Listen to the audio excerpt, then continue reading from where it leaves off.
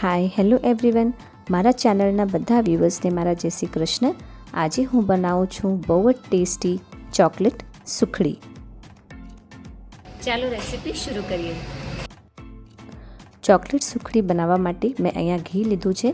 તો લગભગ 5 મોટા ચમચા ઘી છે અને હમણાં આટલું જ ઘી આપણે નાખશું કઢાઈમાં અને પછી જેમ જરૂર પડશે તો બીજું ઘી એમાં એડ કરતા જશું. તો ઘી ગરમ થઈ ગયું છે. હવે એમાં 1 વાટકો ઘઉંનો લોટ એડ કરું છું અને સરસથી એને આપણે શેકી લેશું. ગોલ્ડન બ્રાઉન થાય ત્યાં તક એને શેકી લેવાનો છે. ગેસની ફ્લેમ એકદમ લો રાખવાની છે અને બિલકુલ બી ઉતાવળ નથી કરવાની અને શેકવામાં.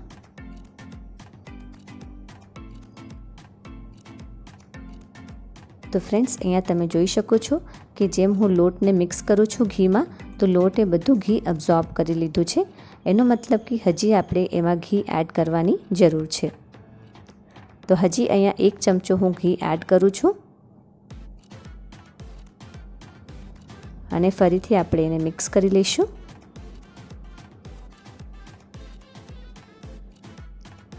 જેમ જેમ લોટ શેકાતો જશે એમ એનું ઘી રિલીઝ થતું જશે અને 10 મિનિટમાં લોટ એકદમ લિક્વિડી ટેક્સચરમાં આવી જશે. એનો મતલબ કે લોટ એકદમ સરસથી શેકાઈ ગયો છે, તમે જોઈ શકો છો, અને કલર પણ એનો હલકો ચેન્જ થઈ ગયો છે.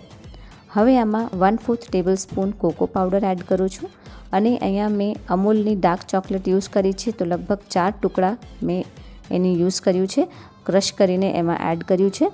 તો આ વાળી ડાર્ક ચોકલેટ મેં યુઝ કરી છે. બધી વસ્તુને સરસથી મિક્સ કરી લઈશું. તો ફ્રેન્ડ્સ, તમે આમાં ડાર્ક ચોકલેટ કમ્પાઉન્ડ જે આવે છે એને પણ યુઝ કરી શકો છો, પણ મારા પાસે હમણાં અમૂલવાળી ડાર્ક ચોકલેટ હતી એટલે મેં એને યુઝ કર્યું છે. હવે સરસથી મિક્સ કરી લઈશું બધી વસ્તુને.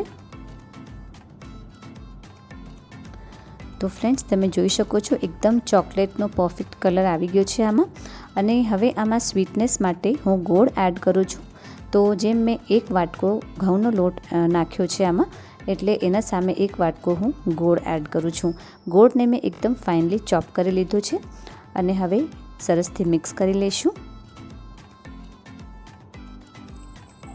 હવે જેમ જેમ આમાં ગોળ મિક્સ કરતી જઈશ એમ મિશ્રણ થોડુંક થીક થતું જશે.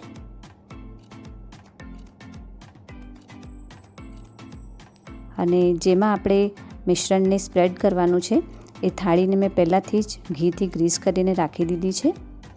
તો ફ્રેન્ડ્સ, આ ચોકલેટ સુખડી બહુ સરસ લાગે છે, ખાવામાં બહુ ટેસ્ટી લાગતું હોય છે. તમે જરૂરથી એકવાર ટ્રાય કરજો. છોકરાઓને તો બહુ જ ભાવતી હોય છે. ગેસને મેં ઓફ કરી દીધું છે. આ ઘીથી ગ્રીસ કરેલી થાળી છે. હવે મિશ્રણને જલ્દીથી આના અંદર નાખી દેવાનું છે અને સ્પ્રેડ કરી દેવાનું છે.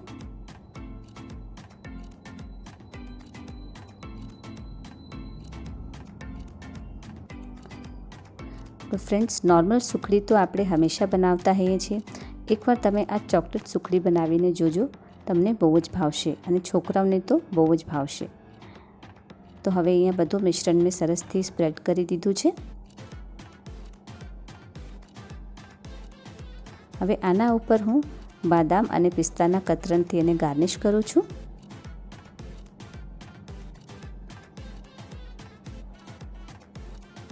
થોડુંક આવી રીતે હલકા હાથે એને દબાવી દેવાનું છે તાકી બધા ડ્રાયફ્રૂટ્સ એના અંદર સરસથી ચોંટી જાય. હવે 10 મિનિટ ઠંડુ થવા દઈશું. એના પછી એને આવી રીતે પીસીસમાં કટ કરી લઈશું. પણ એના પીસ આપણે હમણાં નથી નીકાળવાના, એને ટોટલી એકદમ ઠંડુ થવા દેવાનું છે. એના પછી જ એના પીસ આપણે નીકાળવાનું છે. હમણાં ખાલી એને કટ કરીને એમ જ રાખી દઈશું. હવે આ 1 કલાક પછી હું તમને દેખાડું છું કે સુખડી એકદમ કમ્પ્લીટલી ઠંડી થઈ ગઈ છે. ફરીથી એકવાર ચક્કુથી એના પીસનો શેપ આવી રીતે દઈ દઈશું તાકી એકદમ સરસથી પરફેક્ટ સ્ક્વેર પીસમાં નીકળે. અને એકદમ હલકા હાથે એના પીસ નીકાળવાના છે.